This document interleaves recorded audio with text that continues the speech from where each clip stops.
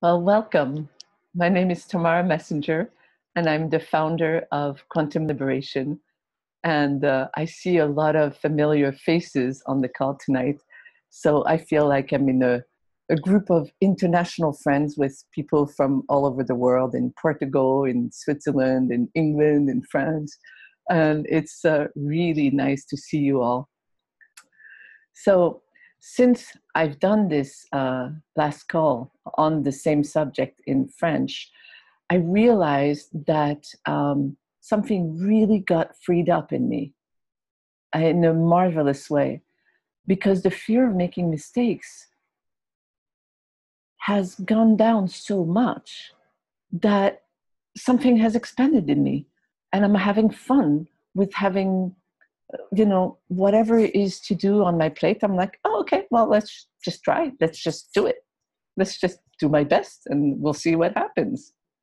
And so it's, it used to be that for me, making mistakes, I never thought of it as something that was stopping me.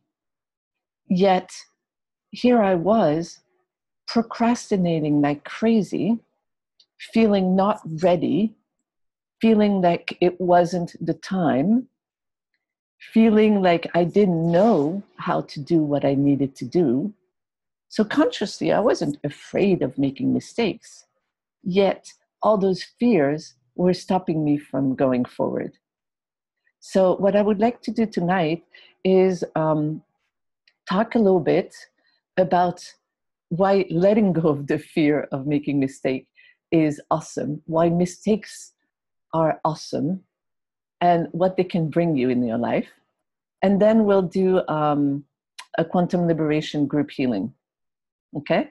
And I'm also going to talk about how quantum liberation can help you in general in your life, and because I have an upcoming workshop in Liverpool soon. And mistakes, how have they served you? Why are mistakes such a great ally in our inner journey towards expansion? Why are they something that to befriend, to welcome instead of fear? Ahaha. So first of all, for myself, as I was, years of complete procrastination, I just couldn't do anything. And so when I make mistakes, I chuckle, because I'm like, well, at least I am doing something. At least it means that I am in action instead of being on my butt and doing nothing. So in that sense, it does mean that you're coming out of your comfort zone, that you're doing something, and that you're also in the unknown. Because if you're doing routine tasks all the time that are kind of mind-numbing and soul-crushing, you won't make mistakes because you already have the competence that is needed to do all those tasks. Mistakes only happen when you're outside of your comfort zone, when you're in the unknown zone, that you're learning, you're mastering new competence, new abilities. Unless, of course, that you're making a mistake because you're completely distracted and thinking of something else. That's another story.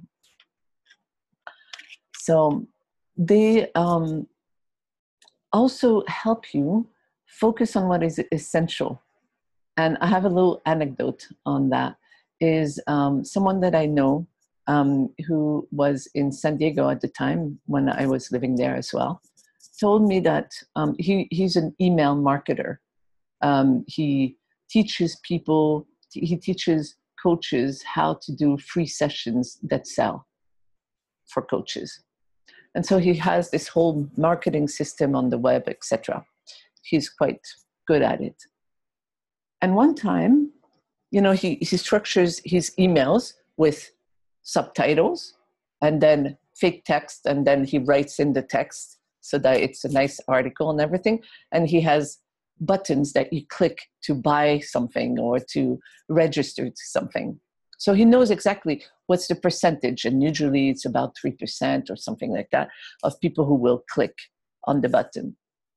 And so he prepares his email with the fake text and the subtitles. And by mistakes, he presses the send button. And guess what? He had the exact same number of people clicking, even though there was fake text. People didn't care. They saw the subtitles, they looked interesting, and they clicked. And he was like, oh, I've been focusing on the wrong thing. I've been spending hours writing super nice, intelligent articles, but really it doesn't matter. People don't read the articles. So it helped him focus on what is really essential. It helped him learn what is really important. And for me, I have the same thing.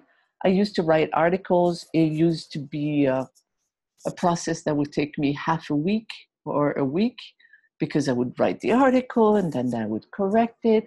And then I would translate it in French or in English, depending on which language I wrote it in first. And then I would rewrite it because I was translating it, and more questions or more ideas would come in my mind. So I would write it in that language. Then I had to change it in the other language. Took a long time. And then I realized, you know what? Really, what I want to do is talk to people. I like to interact with people. Writing is great. I write very well and very quickly, but it's not fun because I'm alone in front of my computer. And that's why I started doing those webinars. It started from a mistake being I took half a week or a week to write one single article. Not very good use of my time. So, and then mistakes are great as well, because when they happen, you have to think on your feet, and you have to have a solution ready immediately and be super present. So I have several examples in my life. For example, when I was a little girl, when I was 11, I was vacationing near a horse stable, and I love horses. So we snuck in, the little girls snuck in, took the horses and brought them to the beach to bathe and have fun with them. But we were not supposed to do that, right? And there was one horse, which was our favorite. So we didn't want to, be with another horse. We wanted to be with that nice horse. So we were fighting on who would get to lead him back to the stable. And the other girl, who was left with two horses, couldn't handle it. And one horse just sped up and started galloping towards the stable. I was like, oh shit, we're going to be in real trouble if this horse comes galloping in. So I ran to the horse, grabbed his mane, and somehow just jumped and found myself on the horse and stopped the horse. And it's one of those moments that got really etched in my memory, because I didn't know I was capable of doing that, and I found that inner strength to rise up to the challenge and be like, oh, I have to do something now, right? And I have many other examples in my life where when I was a tour guide, for example, there were countless examples. Like one time, the bus driver started slipping and sliding on the ice. It was super dangerous, but I made it look like it was a joke and that he was having fun with it, because I didn't want to have a bus full of panicked passengers. And so at the down the hill, I put my hand on the bus driver and said, don't say anything. We're going to stop at the next corner. You're going to let us out and we'll visit Harlem. And this way you'll have 15, 20 minutes to calm down and gain your spirits back up. That kind of thing. And so that, I have many others, but there are too many to say. Actually, one of them was with Portugal, because I have several people here who are in Portugal. When I booked a plane ticket, I was supposed to go to Porto and do a road trip with a friend down to near Lisbon. And I had both windows open on my computer, Lisbon and Porto, the flight to Lisbon or to Porto. And by mistake, I booked a flight to Lisbon. I don't know anybody in Lisbon. I didn't have a place to stay in Lisbon. And I realized that when I was at the airport and I had, scanned my ticket, and I was like, Lisbon? What is that? And within 5 minutes, I was like, well, I don't want to go back home. It's a vacation, you know. Ticket was really inexpensive. It was like 20 euros. So that was not the point. It was more like, no, it's my vacation. I am going. Okay, fine. So then what do I do? And because I've done so much inner work, past the initial 15 seconds of like panic, my body reacting to like, oh my God, what did I do? Immediately I was calm and I just had fun with me making such a mistake. And I texted some friends in Facebook. I think I texted some of you in Portugal who are on the call actually. And someone lent me a house for a week. And I did what I was most afraid, which was to spend a week alone in a country I did not know, did not speak the language, and with nothing to do because I did not bring my computer, because you don't bring a computer on a road trip, right? And so it was great. It was like the best mistake ever, right? And some mistakes have actually saved my life. Seriously saved my life. And that's when you realize that mistakes are not mistakes, that they are your intuition in action. And so one of those examples is when I was a young girl. I was 15 and I was hitchhiking in Scandinavia. Was not supposed to, but I did it anyway for a month. And I had a train ticket that is valid for a month. You can take the train as much as you want. And so I missed 3 trains. And each time, my train after the train I had missed was late. And each time it was because the train before had had an accident. So I really missed the 3 trains that had accidents. And one of those accidents was so horrific that they still remember it to this day. I wasn't on the train. I had missed it. Oopsie. But because I was so young, I didn't even realize what I had done.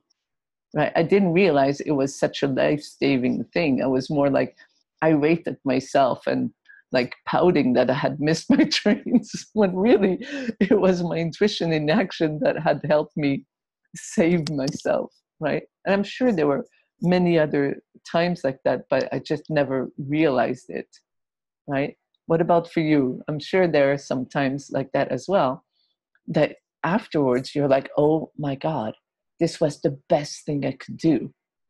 At the time I thought it was like the end of the world, or I was so disappointed I made this mistake or whatever, and the relationship or whatever. But now I realize, thank you, thank you, thank you, I did this, right? So if you have some, I would love to hear about it in the comments below. So mistakes are also awesome because they make you intelligent. If you make a lot of mistakes and you have the belief that intelligence is something that is something that can grow and not something that is acquired once and for all, then you actually become more intelligent as you go on. Because you make a mistake, you learn from it, you realize what can be done differently, and you develop your competence level, and you actually make new neural pathways. If you make mistakes, you have a much better chance of succeeding.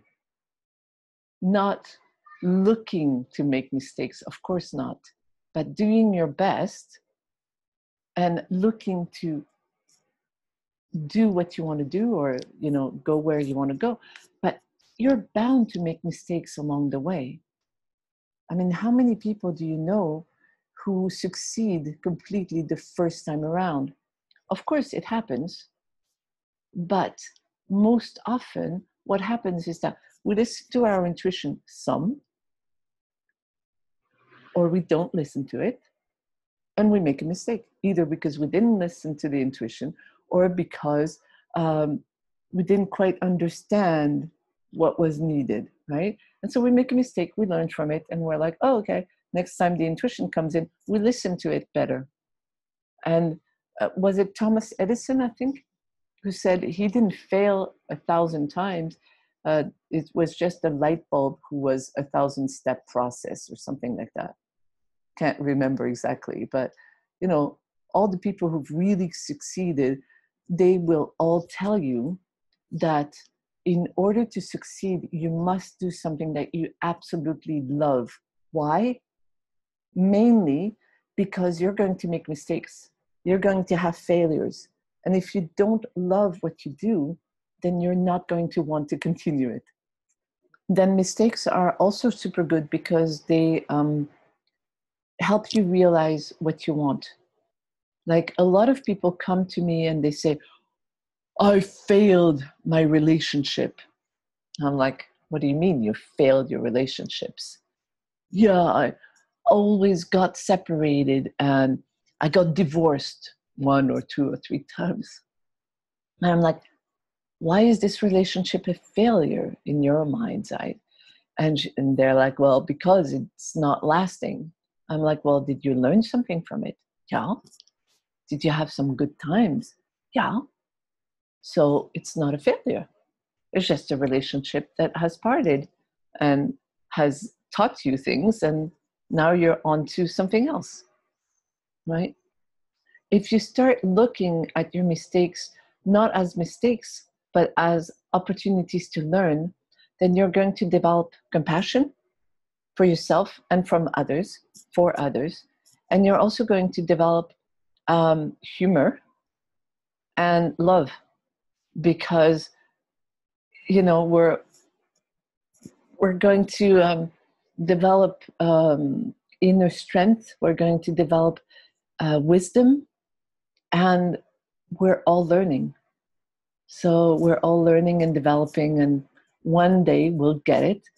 Sometimes the lesson will be learned in another lifetime, and sometimes it's one of those duh moments where you're like looking to get something or to understand something or to be in a certain way, and it doesn't work, and it doesn't work, and it doesn't work, and you're trying different things, and you do the inner work, and you're doing other actions, and then at one point it's the duh moment. It's like, duh, why didn't I think of this before? It's so obvious. It's staring me right in the face. And now that I've, you know, taken this into awareness, now that I'm aware of it, everything changes, right? But that's the inner journey. That's life. Welcoming those dumb moments that make those times that you tried and tried and tried and couldn't succeed kind of like humorous in a way, if you develop self-compassion, because otherwise it's just no fun whatsoever, because you're beating yourself up along the way. And that's why mistakes are so great, is because if you learn to embrace them, you learn to become so much nicer towards yourself. And instead of beating yourself up, you're accompanying yourself along the way. Like baby, when they learn to walk, they're not going to walk in the first time. They're going to fall on their butt over and over and over again until they master it. Even when they're adults, they're going to fall on their butt sometimes, right? So, and that helps you realize that you are in control, or you are maybe not in control, but you are not a victim of your life. You have the power of learning from your quote unquote mistakes, and you have the power to liberate your inner programming that made you act in that um, in that I'm looking for my words, in that automatic way. And then you're going to be able to I have no idea what I wanted to say. It's just like blanked. That's pretty funny. It was super intelligent, right? I think I wanted to talk about, like we all um, we all value the hero journey, right? The hero is someone who has a lot of obstacles and they find a way to surmount them and they succeed. And a lot of us have this fatalistic point of view, like this, oh well, life is the way it is. I am the way I am. I can't, and it's just like I can't do it. I don't have the ability, and that's it. But if you start learning quantum liberation and start really using it in yourself, then you realize, no, you can let go of those fears. You can let go of those doubts. You can actually acquire new abilities, and you can totally change yourself and be the person you want to be, do what you want to do, and feel free to create your life as an artist of the spirit instead of as someone who's having their life lived for them, to them. Life is not happening. It's happening to them in that kind of mentalities. They're a little bit a victim, right? So, really, that's pretty much all I wanted to talk about for the mistakes point of view. And to be honest with you, most of the time we think it's a huge mistake, but give it a few weeks or a few months or a little bit of more wisdom, or if you do quantum liberation, then it goes way faster because you're going to learn from your mistakes immediately as soon as you do the process on yourself. And then you're like, you know what? It's not that bad. It's reversible. It's allows you to be much more honest, to be much more human, to not pretend to be someone who's got it all figured out. And that is also really inspiring to people. When you don't pretend to have it all figured out, you inspire other people to let go of their inner fear, doubts, etc., and to actually grow. So, guess what? Your mistakes are welcome. And so, to what has helped me, and you're welcome to participate and tell everyone what has helped you to let go of the fear of making mistakes. But for me, it's really, as I said before, to have much more compassion and to have much more gratitude, to focus on what was great about the relationship or about the mistaken actions or about the whole process of learning. What was great about it?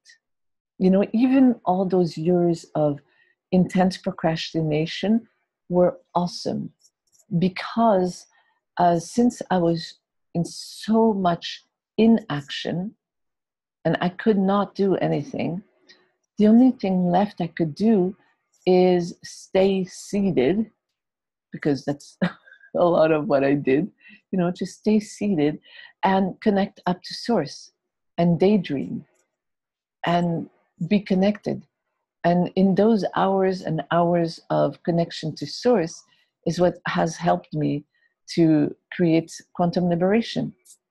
So, yay, hallelujah for all those years of intense frustration, inaction, and mistaken, there weren't no mistakes. Now we have a tool. Yay.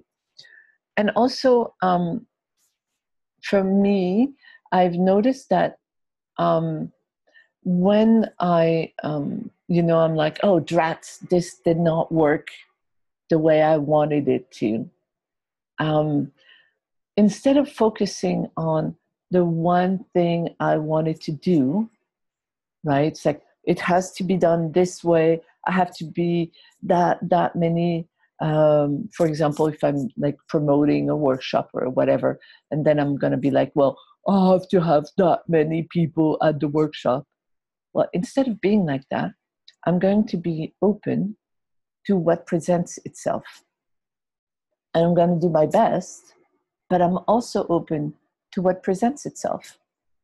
And this way, maybe it's time to do something differently. or it's time to do something else, or it's time to focus on a strength that I had not focused on before. Who knows, right?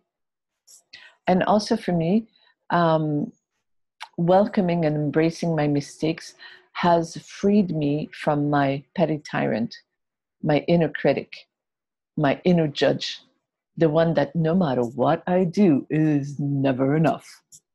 If I listen to him, in my mind, it's a him, I never do enough, right? It's like, never good as, it's just never as good as I think I should be, right? But if I don't listen to it, or if I welcome it, or if I liberate it, then I can do whatever I want. And I can listen to my heart. And I can go for a walk in the park and fall asleep in the sun. And I can come back and do this webinar with you and be like, oh, yummy, that was wonderful, right? It doesn't matter, really. It's our state of being.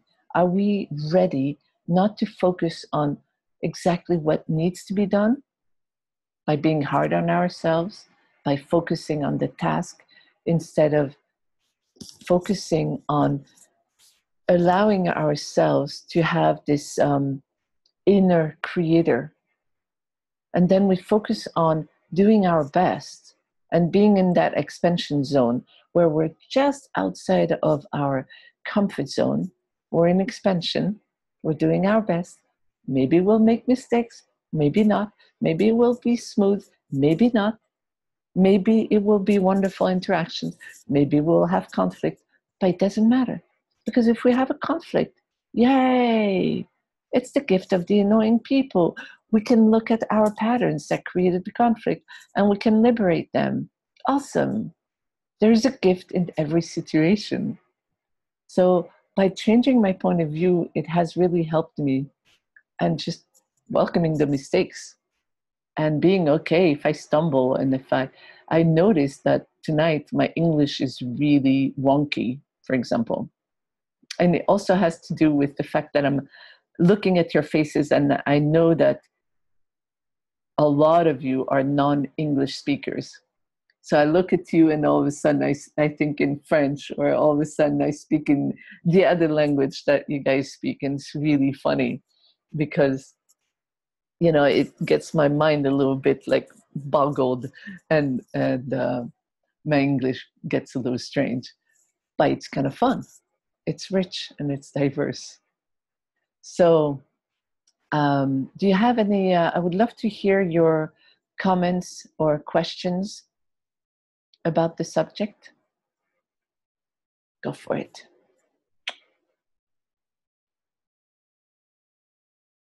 For me, I feel already the invitation to this meeting had a liberation effect.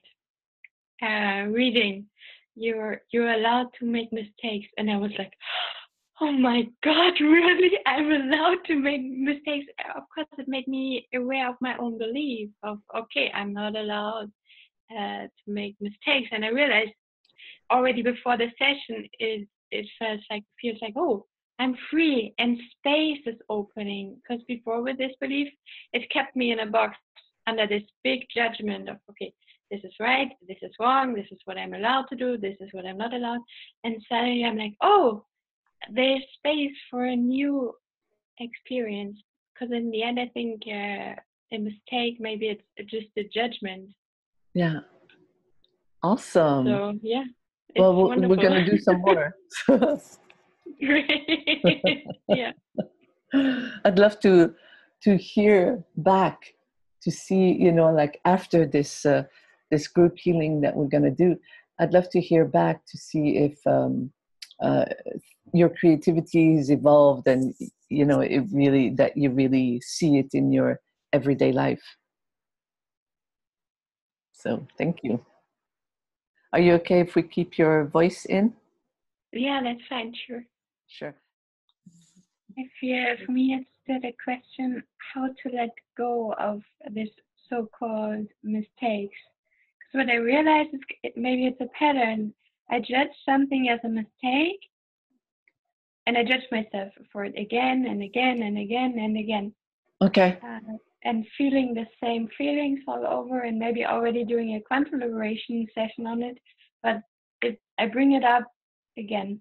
Okay. So that means that you haven't gotten to the root of things. And you need to do a recapitulation on it. I can tell you more about it. If you want to attend the Liverpool workshop remotely, we can probably arrange that as well, so that you guys can be in Zoom. It's a little bit, there's a bit of a technical constraint to be on Zoom because I have to have the computer and everything. But since you guys have already taken the workshop, if you want to do it again from Zoom, you're welcome to do so. So you'll just let me know, because we'll cover this in the workshop.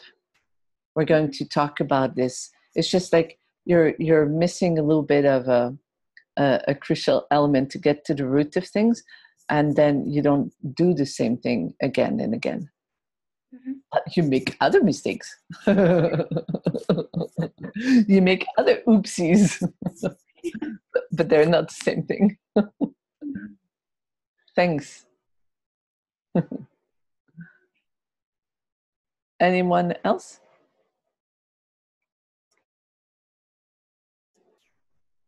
Okay.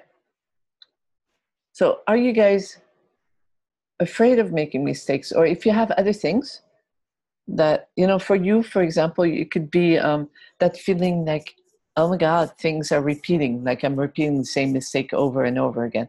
You can focus on that and see how it makes you feel, right? For example. So with all those conversations that we've had, what has come up in you? Is there, like a fear of making mistake? Is there a feeling of being overwhelmed?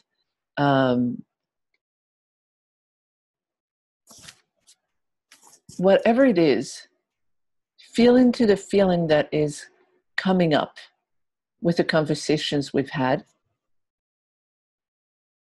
and see where you feel it in your body, how it makes you react. If it was an animal, what would it be doing? And then for those of you who are watching in replay, you can do alongside with us the Heart Flash, which is a little tool that I teach to newbies. It's not quantum liberation, but it's a very good start. And it goes like this. I'm going to show you. You imagine that the center of your chest opens up like a camera lens. It goes with a flash of white light. Or you can imagine that you have paparazzi of love that are circling you and taking pictures of all those interesting patterns that you have with a white light. It's like, wow, so interesting. She actually hates herself. Wow, that's so cool. It makes her want to go like this. Wow, so cool. I love it.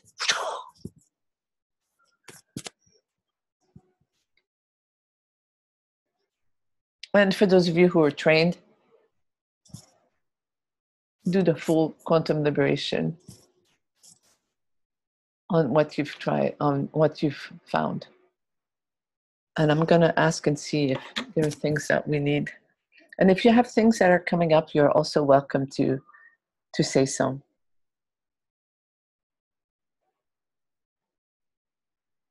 Oh, okay. I feel that there is a fear of what other people will, how other people will perceive you. Is that correct? Cannot see everybody, so you would have to chat to talk. But if you have that fear, oh, I'm afraid of how other people are going to perceive me,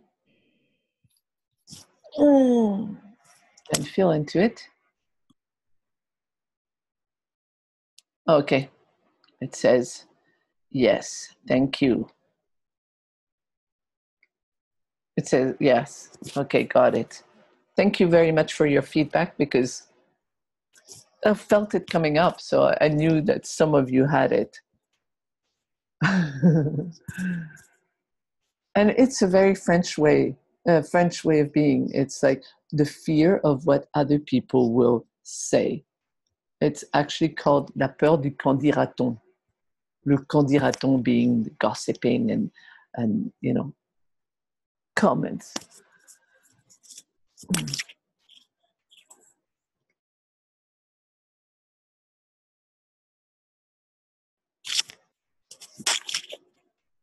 So let's teach you all. Let's ask Serge to show you how to be feeling the judgments of other people without taking them personally, without taking them to hurt yourself. If you know how to do quantum liberation, you can use the judgments of other people as a great tool, as a great springboard for more expansion, because you're going to use those judgments and see how they make you react and clear the root pattern that brought those judgments in. So in that case, it's a great thing because it helps you find the patterns in you. But let's learn how to not take the judgments in a way that would hurt you or belittle you. Okay, good. How is it now, that fear? Is it still there? Is there still a little bit? Is there a thought that says, well, it cannot all go away all at once? There's more ease. Excellent.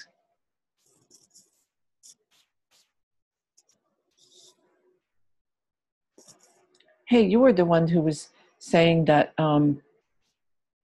there's so many patterns to be freed, etc. So I bet you have that thought about your own patterns. Like, oh my God. Oh, well, you both had, several of you had it. Like that thought that there are so many patterns. Oh my God, it's going to take so long, so many years, etc., etc. Right? Yeah? Yeah, like it's never ending. Never ending. Thank you. So feel into how it makes you feel. It's not very pleasant. Okay, so feel into that. And let's take care of it.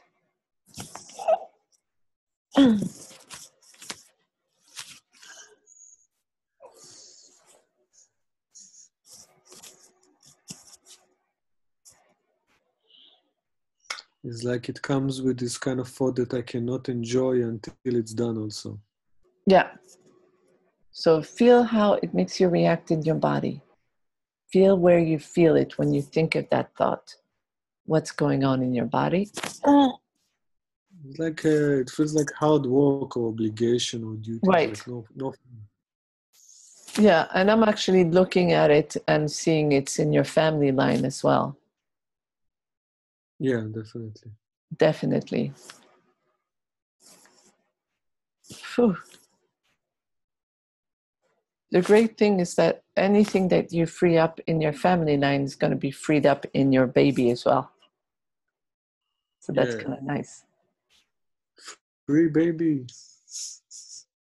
Exactly.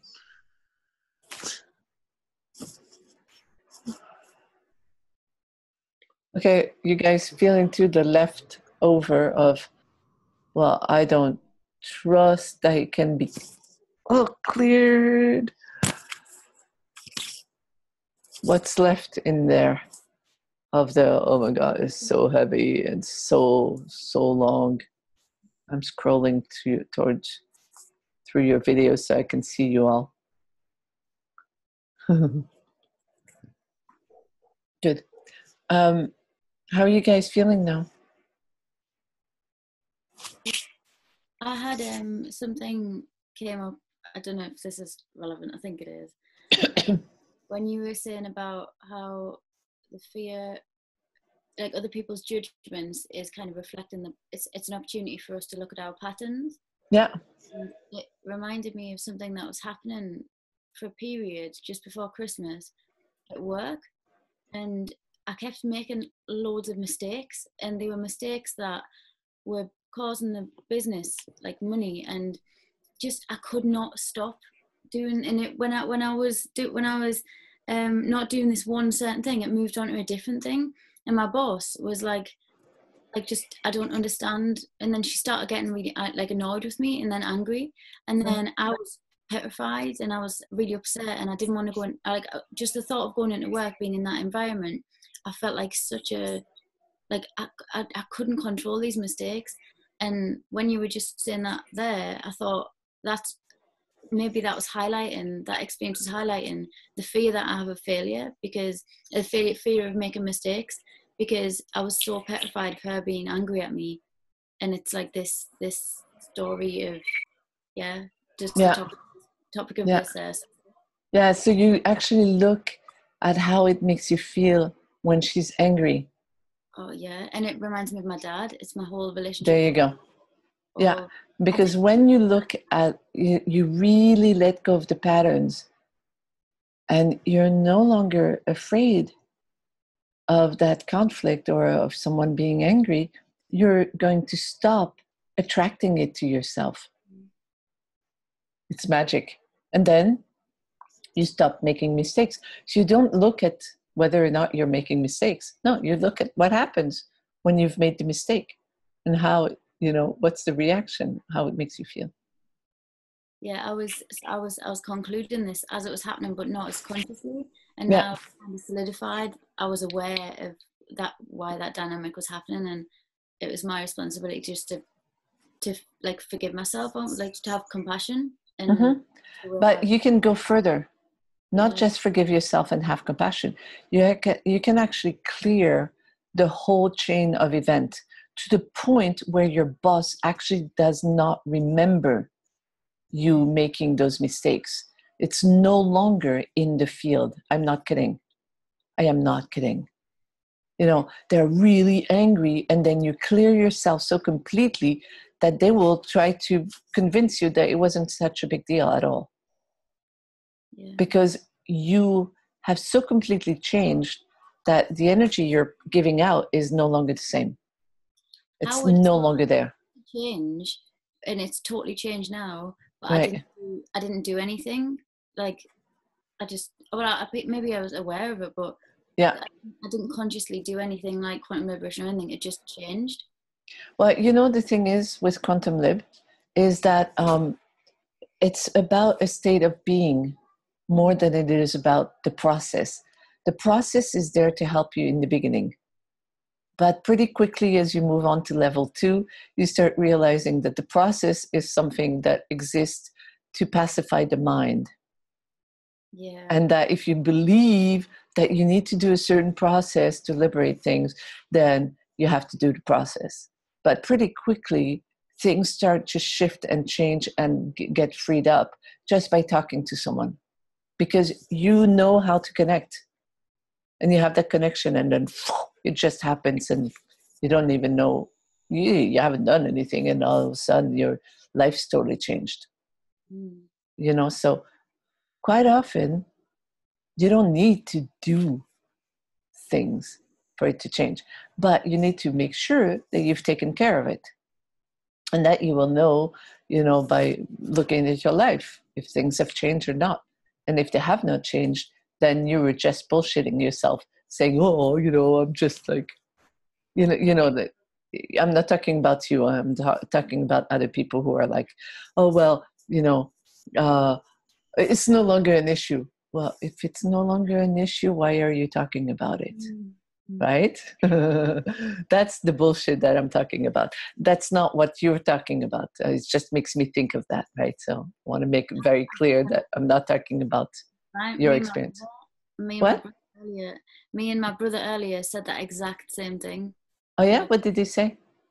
That if we're still talking about it, it's still a thing. Exactly.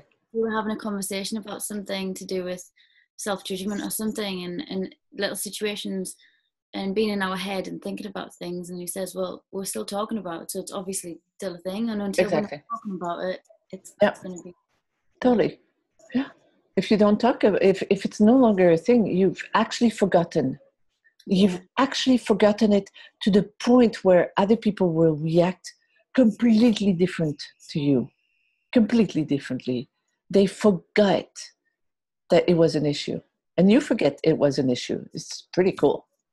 I have countless examples in my life, too many to, it's just so fun. It was around food. It was just like my history of eating disorder, and then brother having issues with food. And I was saying, I don't really think about it anymore. I'm just eating. I'm not thinking like, oh, I need to overcome this. I wasn't even thinking about it.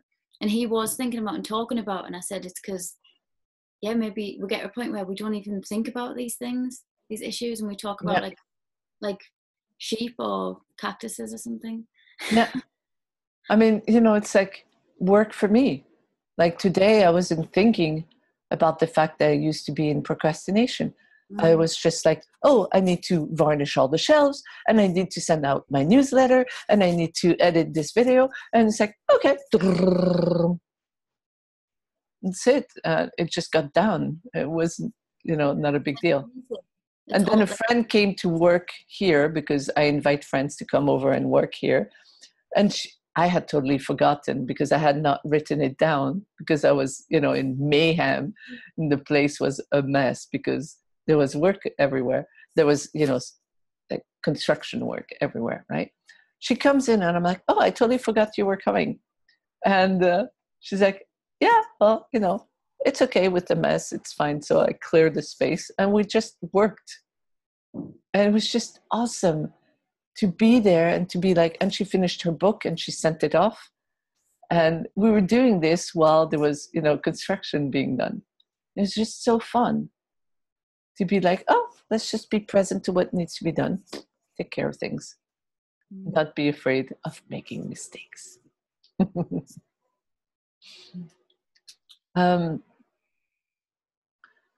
It was great fun talking to you guys. Is there anyone on the call who would like to talk about their experience using quantum liberation? It was very profound seeing that every external person in my life was an opportunity for me to look at myself deeper. Every time anything got triggered inside, it was not them, it was showing me, and it made me get really excited to think of all the people in my life and think of how I feel about them, what I think about them, and the way they make me feel, or the way I perceive that they make me feel. And I think slowly I'm doing that a lot more, and especially recently,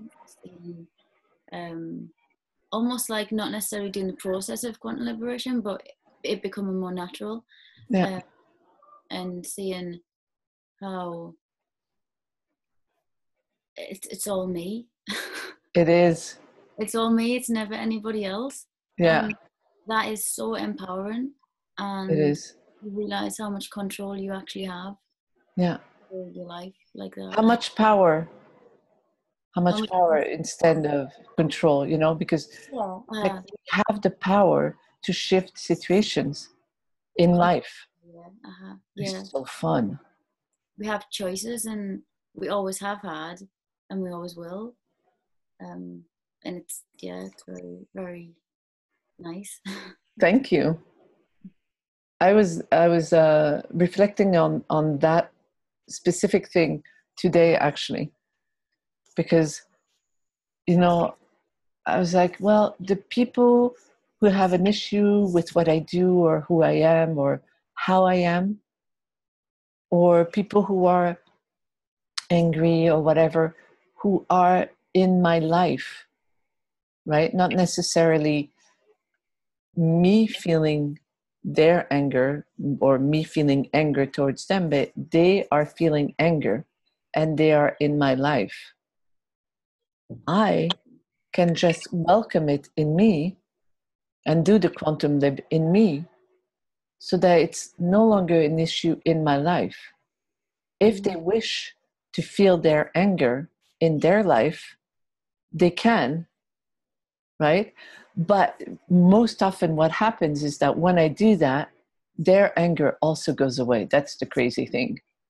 I'm not doing work on them. I don't have permission to do work on them.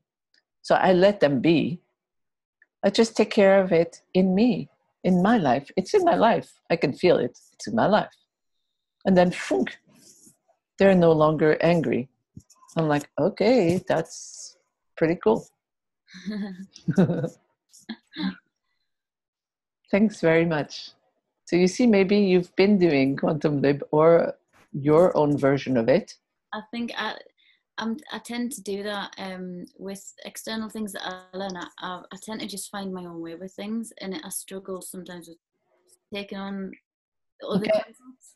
But yeah. So maybe really what's happening is that you think you should be doing it a specific way, when Quantum Lib from the start is specifically done to remind you of how to live connected to source and how to live connected to your heart.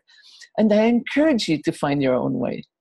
Yeah, exactly. Exactly. I mean, I give you guys processes so that you know what to do in the beginning when you're like, oh, I'm not too sure what am I supposed to do when I'm stuck.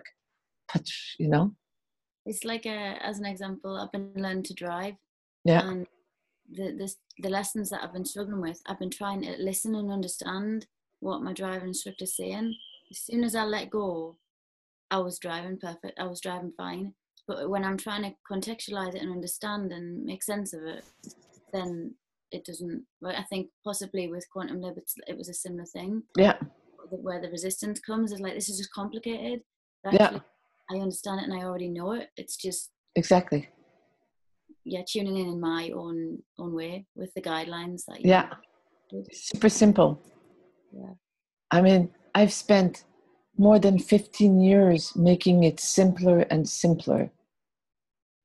And so simple that it's mind-boggling.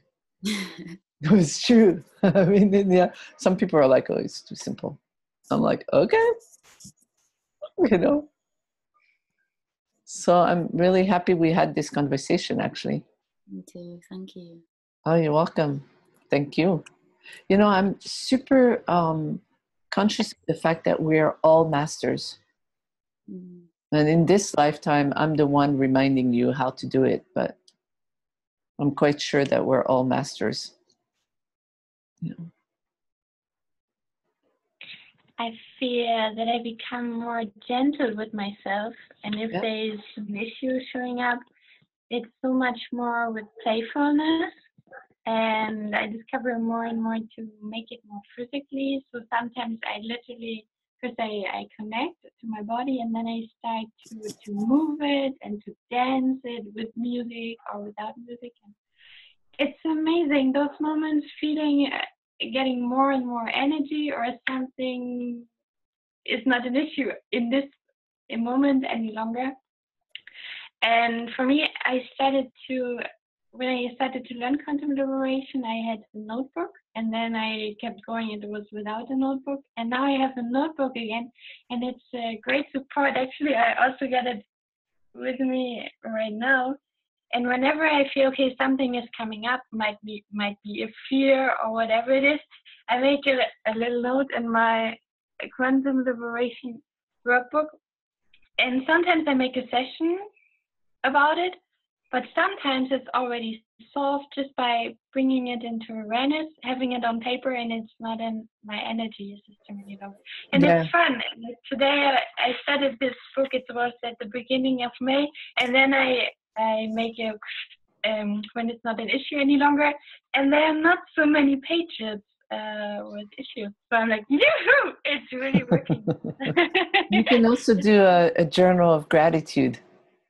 Yeah, this is what I do. Then I put a note. For example, now I got a job. At the beginning of a month, I was like, okay, what's the next step about job? And then I made the note of, oh, thank you for the job.